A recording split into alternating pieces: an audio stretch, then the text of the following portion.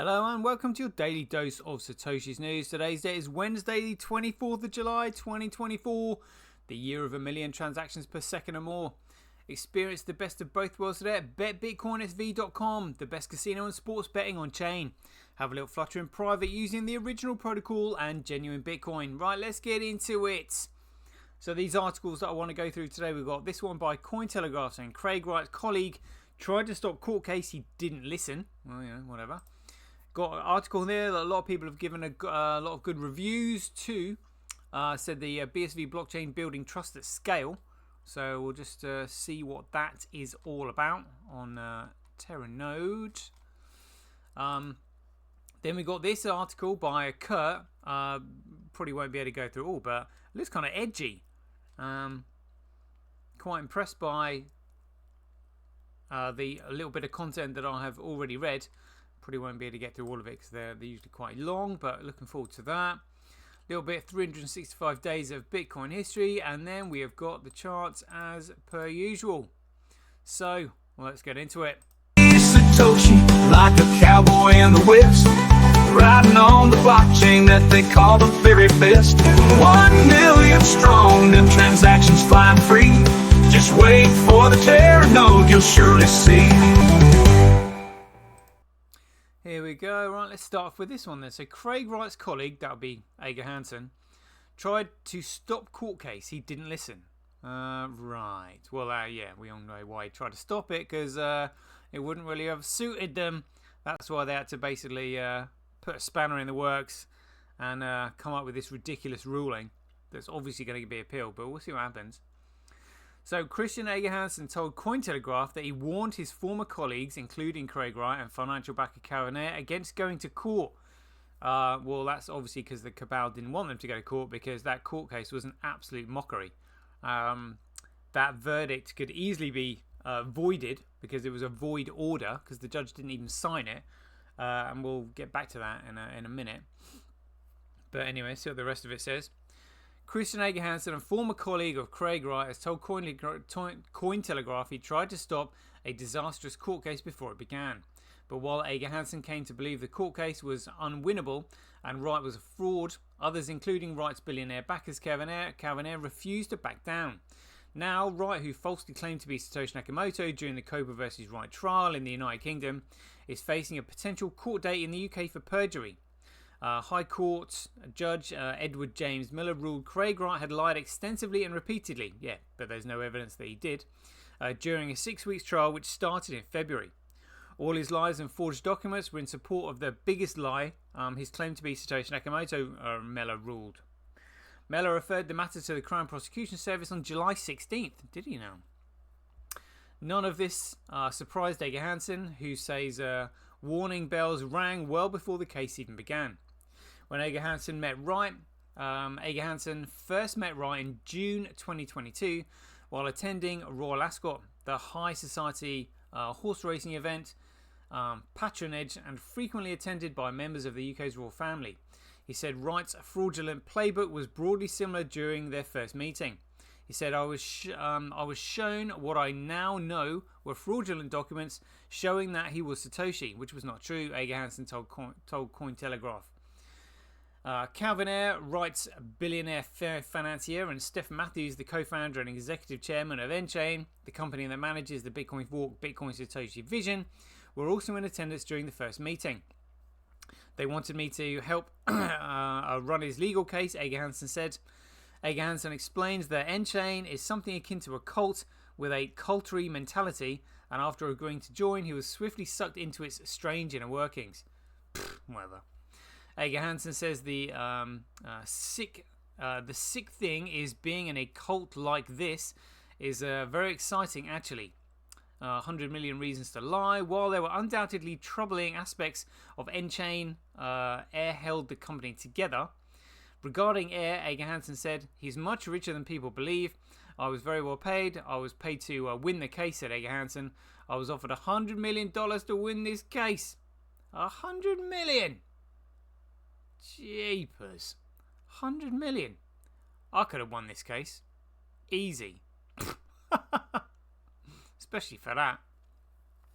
Ager-Hansen was not the only one with such a lucrative deal on the table. Ager-Hansen claims that Enchain executive chairman Stephen Matthews was incentivized by Air in the same manner. Well, they can't have been. They can't have been, because that trial was blatantly thrown. Anybody with any little bit of intellect could prove that Craig Wright is Satoshi Nakamoto. I could, with the amount of evidence that I've got. It is insane. And all those independent expert witnesses have been completely debunked. They weren't independent at all. They were all biased in favour of Copa. So ridiculous. During the trial, Matthews claimed Wright showed him a draft copy of the Bitcoin white paper as early as 2008, but Ager-Hansen explains Matthews had 100 million reasons to lie about that. Like Wright, Mellor found Matthews utterly unconvincing, saying Mr. Matthews was considerably more careful in his lies than Dr. Wright, only lying where he had to do so to sustain Dr. Wright's position. That might not help Matthews in the long run. If perjury charges are brought, as expected, he may find himself in the dock alongside Wright. Disastrous mock trial. Over time, Ager-Hansen worries about the case began to mount. Quotes here, I had the feeling that Wright was not trustworthy, Ager-Hansen said. Ager-Hansen says he arranged a mock trial for Wright in September 2023, during which Wright was questioned by a senior lawyer known in the UK as King's Counsel or KC. It was actually to show Calvin and Stephen Matthews that Craig is a fraud, Ager-Hansen said. When we asked Ager-Hansen how Wright performed during the mock trial, his assessment was brutal. He was an idiot, just like it was in the real court case, said Ager-Hansen. I told Calvin and Stephen, that's maybe Stephen, you're mad if you think if you're backing Craig. You have to focus on business and distance yourself from him. So that's Craig and Richard Hart there. Posted March 14th. Oh yeah, it was like I think there was a crypto conference in Malta, I think.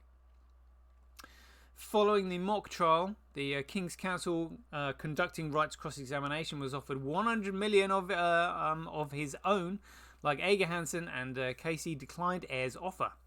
History shows that Matthews and Air unwisely chose to ignore the mock trial and Ager-Hansen's concerns. He believes that both men were too heavily invested in the lie by this point. Had Wright won, billions of dollars in legal cases would have been within Air's grasp, and a heist on Bitcoin itself would have become possible. Pursuing the case at all costs was a triumph of greed over good sense.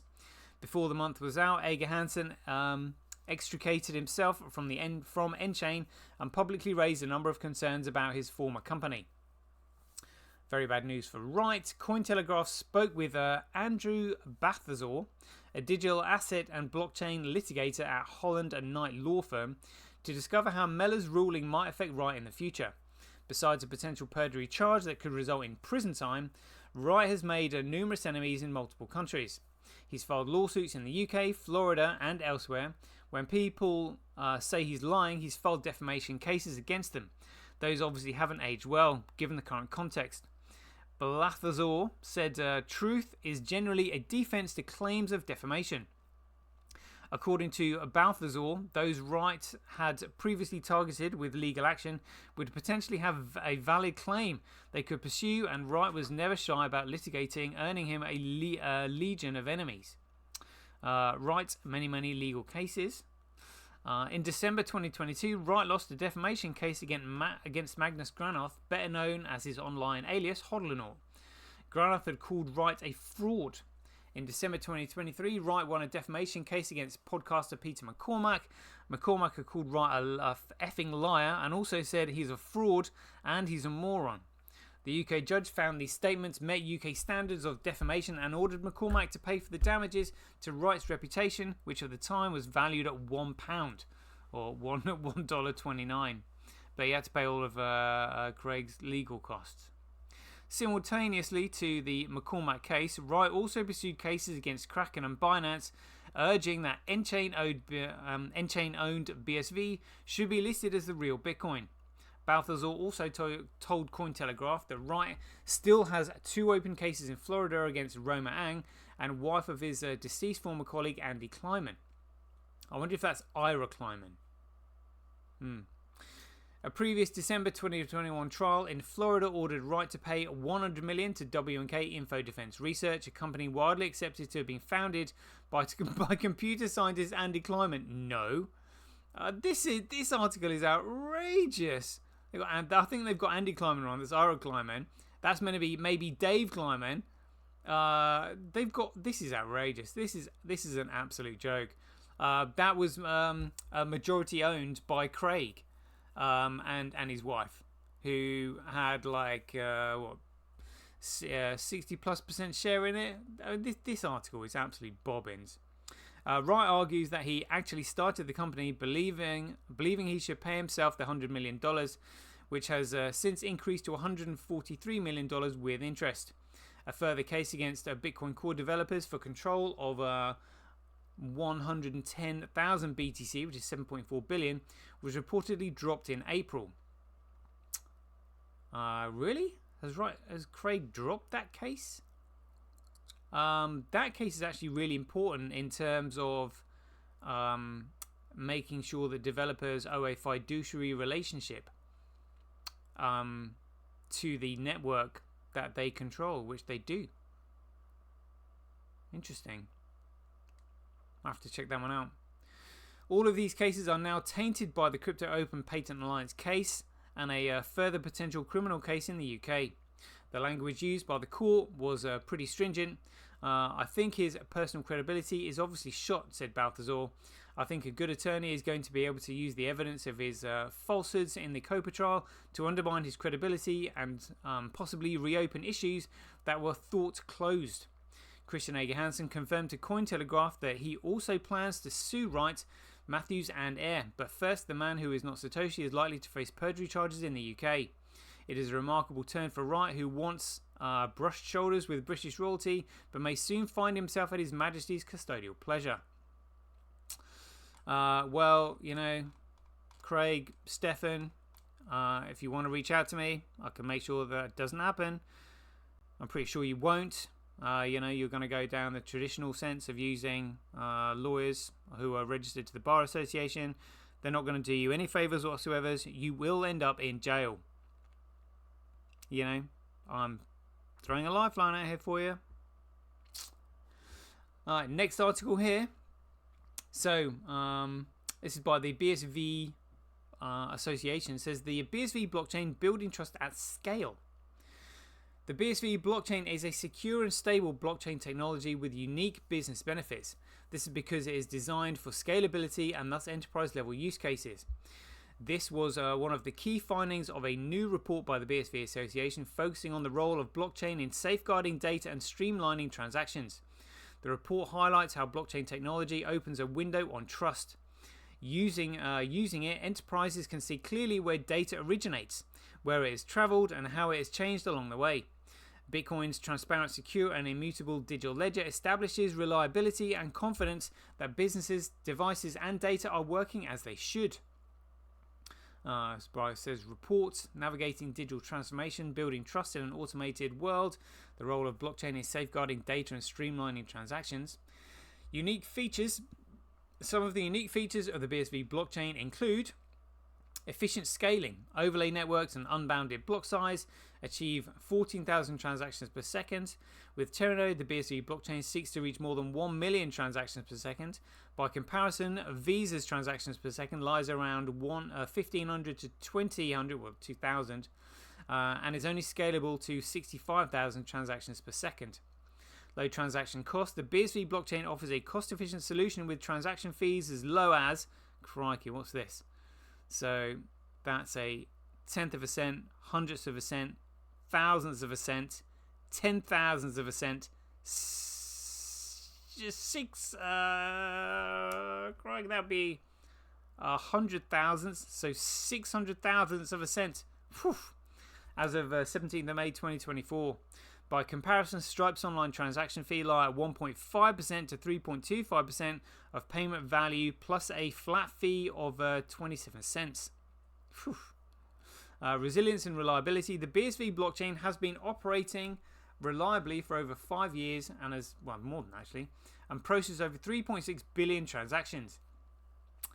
Why are they saying over 5 years? BSV blockchain has been operating reliably since 2009. So shouldn't they been reporting that wrong? BSV is the original protocol that goes right the way back to the Genesis block. So that should be changed. Sustainability. On average, the BSV blockchain emits about 0.03 kg of CO2. Oh, give me a break on all this sustainability BS. Per transaction, and consumes less than 500 megawatts of energy daily. This performance demonstrates greater energy efficiency compared to other proof-of-work blockchains.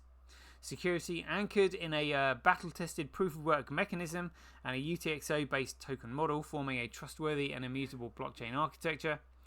Regulatory compliance, not classified as a security, and implementing legal rules to govern its nodes.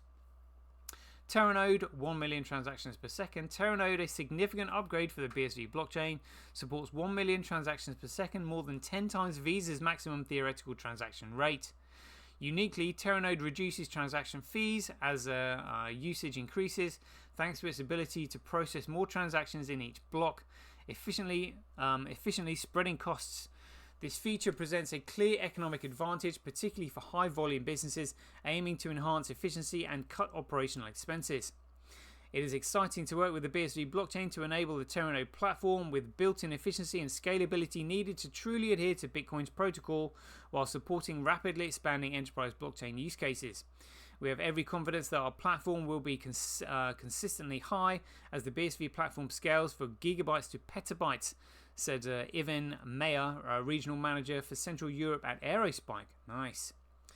Teranode solves vertical scaling challenges on the BSV blockchain by serving high-volume transaction nodes for enterprise and government use. Whether contracting with nodes or running their own, these clients drive the Teranode initiative. Teranode was recently extended and sustained. Testing on proof of concept implementation began at the end of February with a full node released later in 2024. This is a group-up rewrite of BSV blockchain architecture designed to scale horizontally and provide new microservices for developers, applications, and users. Protocol custodian BSV blockchain revealed a more service-orientated approach to the network's work. The new features include modularized functions such as transaction and block validation, plus block assembly into services that run only when required. The Teranode upgrade is critical for the BSV blockchain's unbounded scaling potential and will deliver faster, more secure, and cheaper transactions for all. All right. Loving that. Loving that. Yeah. Fantastic stuff. Right, let's go on to this article by Kurt Wuttig Jr. This sounded awesome, having listened to CoinGeek's weekly live stream the other day. So he said, the hidden influence of venture capital on Bitcoin and the global economy. The origins and evolution of venture capital. Venture capital VC has become synonymous with high-risk, high-reward investments in burgeoning industries, particularly technology. However, its roots are deeply entrenched in the post-World War II economic landscape. The American Research and Development Corporation, founded in 1946 by George Doriot, is often cited as one of the first VC firms. It played a crucial role in financing startups that lacked access to traditional funding sources. Throughout the 20th century, VC involved intertwining with various financial institutions, sovereign wealth funds, and old world financial titans such as Rockefeller and Rothschild interests started to recognize the potential of VC in fostering innovation and economic growth. These connections facilitated the infusion of substantial capital into nascent industries, shaping the modern VC landscape and the modern surveillance state by creating the military-industrial complex that President Eisenhower warned the American people about in his farewell address. Through his strategic investment in the tech economy by money from the old world pillars of power, the lines between banks and state, the military, sovereign wealth, and corporate powers have probably been blurred irreparably, and now nearly all hot and cold battles are fought from behind computer screens.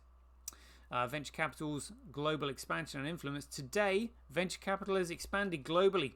Sovereign wealth funds from the Middle East and Asia began investing heavily in Western startups, seeking to diversify their portfolios and gain access to cutting-edge technologies. Funds like Saudi Arabia's Public Investment Fund and Singapore's Temasek Holdings became major players in the VC arena, often co-investing with Western financial institutions and blurring the lines of national interest in favour of international corporatism. Notable old world financial titans also played pivotal roles. For example, Goldman Sachs and Morgan Stanley started dedicating VC arms, leveraging their vast networks and financial expertise to diversify and nurture high potential startups. This symbolic relationship between VC firms and established financial entities facilitated a steady flow of capital, propelling startups to global prominence. However, it also caused a large inequity in the culture of startups, where companies don't have to create customer value as long as they create shareholder value in the churn of ever-growing fiat wealth.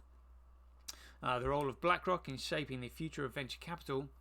BlackRock, the world's largest asset manager, epitomizes the influence of institutional investors and venture capital. With trillions of dollars under management, BlackRock's investment strategies significantly impact global markets. Its venture capital arm has been instrumental in funding a plethora of startups, particularly in fintech, biotechnology, and renewable energy sectors, while also strategically weakening their competitors by demanding things like unattainable SEG and DEI policies for their vendors until they are able to buy out and control entire supply chains under their own management. BlackRock's approach to venture capital is characterized by a blend of strategic investment and active management. The firm not only provides capital but also leverages its extensive network and resources to support the growth and expansion of its portfolio companies. This hands-on approach ensures that BlackRock remains at the forefront of technological and economic advancements, such that their environmental creates success rather than just being lucky like other types of investment firms might be. This allows them to make long-term investments and focus on engineering outcomes, and strategically move capital and resources towards their portfolio in ways other firms can't resist or mitigate against. Enter DJ Vance. DJ Vance, author of Hillbilly Elegy, and US Senator and newly announced running mate in the least important election of our lifetimes, is a prominent figure in venture capital. Before entering politics, Vance co-founded Naira Capital, a VC firm focused on investing in Midwest startups. His journey from being a best-selling author to venture capitalist and politician underscores the increasing interconnectedness of finance and politics that has been born from the failure of a culture to resist the proliferation of the military-industrial complex. Vance's investment philosophy at Naira Capital was shaped by his belief in the transformative power of technology and innovation. His firm targeted high-potential startups in traditionally overlooked regions, aiming to bridge the investment gap and spur economic development outside the coastal tech hubs. But it should be noted that he learned the VC business from Peter Thiel, a wolf in sheep's clothing. Two-Faced Thiel. Peter Thiel is often hailed as a libertarian icon, advocated for pro-freedom and anti-establishment ideas. However, his investment choices and business practices tell a different story. Thiel co-founded Planetaire Technologies, a data analytic company that works closely with intelligence agencies and military. Planetaire software has been used by the CIA, the FBI, and various military branches to conduct surveillance and gather intelligence, raising significant privacy concerns. Critics argue that Planetaire's operations are at odds with libertarian principles of individual privacy and limited government intervention, revealing a stark contradiction between Thiel's professional belief and his business endeavours. Yeah, absolutely. We know all about that. Let's have a look at this. The Trump-Vance connection and the blockchain pivot. J.D. Vance's close ties with the venture capital world likely financed his involvement with Donald Trump's 2024 presidential campaign. Reports suggest that Vance has been advertising Trump for months, contributing to a significant policy shift. Trump, who was previously critical of Bitcoin and blockchain technology, has recently adopted a pro-Bitcoin stance. This pivot is seen as a strategic move in the alliance with the interests of influential venture capitalists and tech investors like BlackRock's Larry Fink. who Trump has named for a possible cabinet secretary. Oh my God, seriously. Position in his administration amid rumours that he may also hold BTC in the US strategic reserves. Oh my God. I didn't know that. The culture of Bitcoin by financial cabal. Oh dear. Barry Silbert and all that. Right, I shall read the rest myself because it's already 25 minutes. Let's get into a little bit of Bitcoin history. So we're now 24th of July. Let's see what's going on here.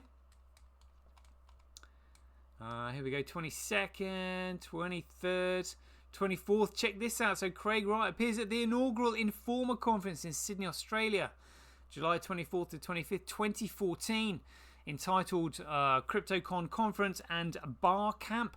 I remember this one. This is what the Informer Conference looked like. Dated 2014 in Sydney.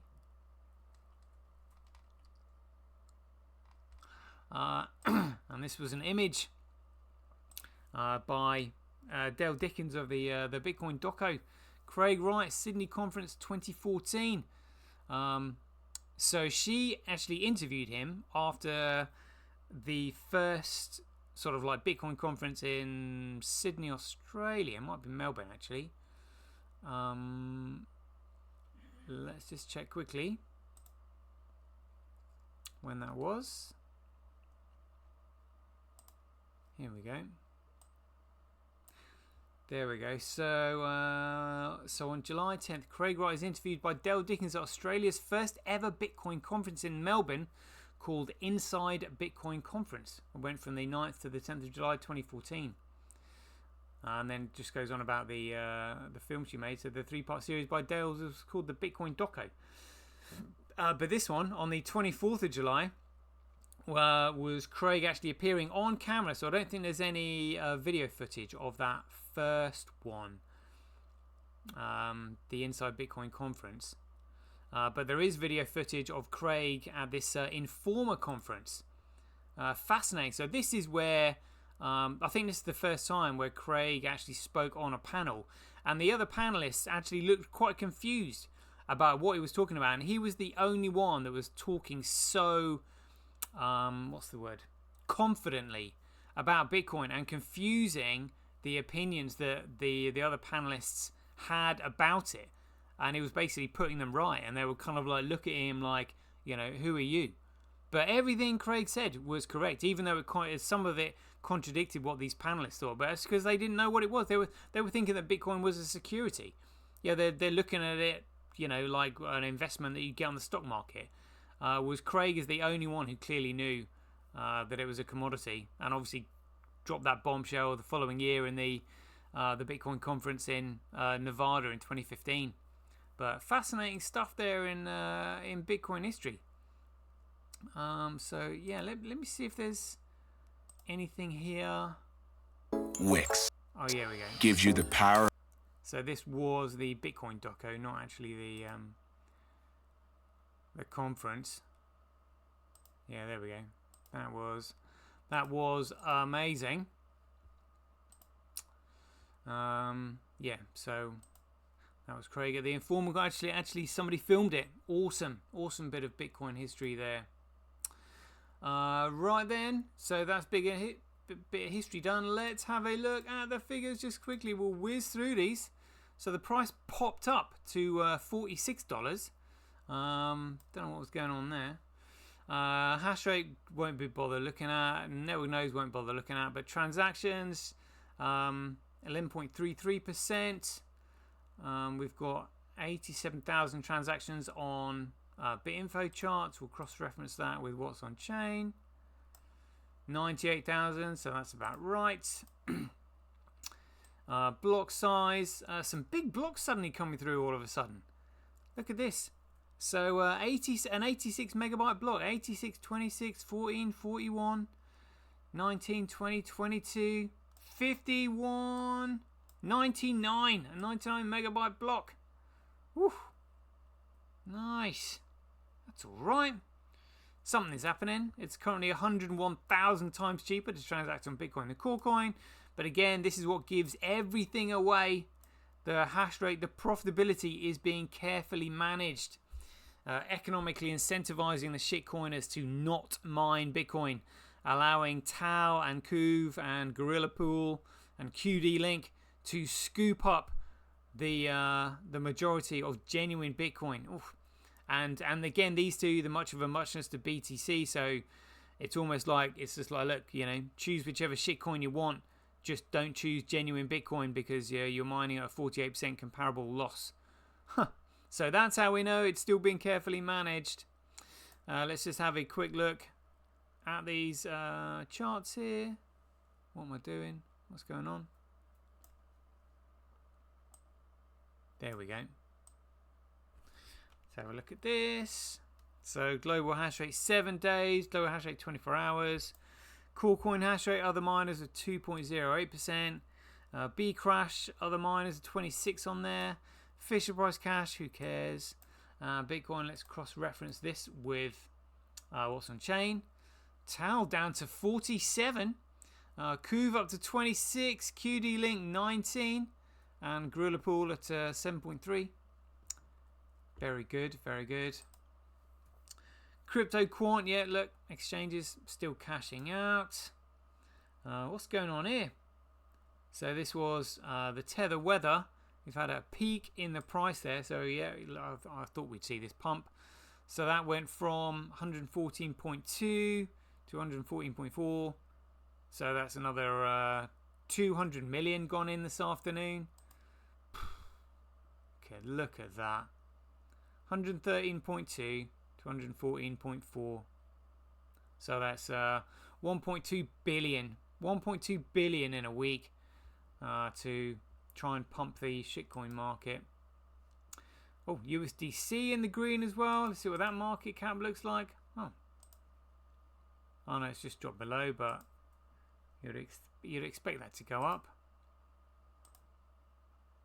Up on the month, up on the year. There we go. Let's have a look at the long positions. Oh, let's just change there. Still very much misguided.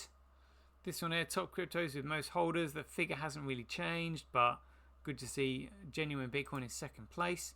Look at this. I was looking at this earlier. Bitcoin versus BTC.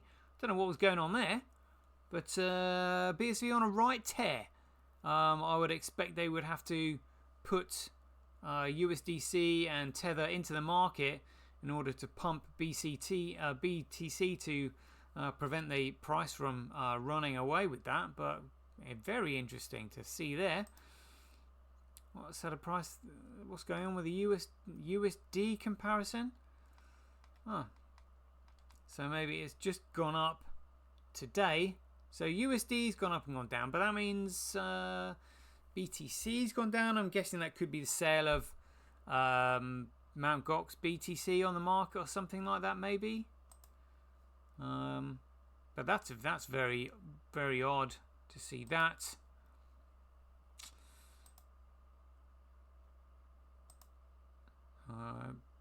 So BSV USD, I saw a pump and then a dump. Yeah, look at that. I had a rally against BTC, so I'm guessing that's BTC going down. We'll have a look at that. Right now, overall market cap $2.4 trillion. Oh yeah, there we go. Look, BTC tanked. Right there, there we go. That's what's caused that. Yeah, interesting. Yeah, because it's had a right dump, down, and then down again. Wow. Trade volume just 1.7. All right, we'll just compare that to Bitcoin. Let's have a look. Here we go. Yeah, that's had a rally. It's gone up and come down a little bit, but BTC was up and then it's gone down and down, whereas BSV has gone up. That's strange to see them untethering from one another. Again, I mean, these figures here on Live Coin Watch are an absolute joke. So they reckon there's 626,000 bids versus 5.5 million asked, in which case the price should be just tanking all the time. You wouldn't get a tear like this going up I mean, those figures are just insane. What an absolute joke that is. Let's see what they're saying about breakdown. This is a trade volume. Coin DCX, hit OKX, and TX. Liquidity, where's that? Oh, Changely Pro, X Go, and hit BTC. These things change all the time. It's bizarre. Let's have a look at the leaderboard on a little bit. Way, look at that. People doing well. We've got a 90% return on investment there from a $97 bet. 1 out. Great. 100% winning streak there. Excellent. Well done. There we go. That is a 35-minute show. If you enjoy these updates, please ding your donations for your appreciation to Satoshi at Sembi.com, Handcash.io, Simply.cash, Relasia.com, RockWallet.me, or Senti.ch. They are always very much appreciated. So we'll leave it there. I hope you enjoyed it. As ever, be aware, take care, stay safe out there, and we'll see you in the next one.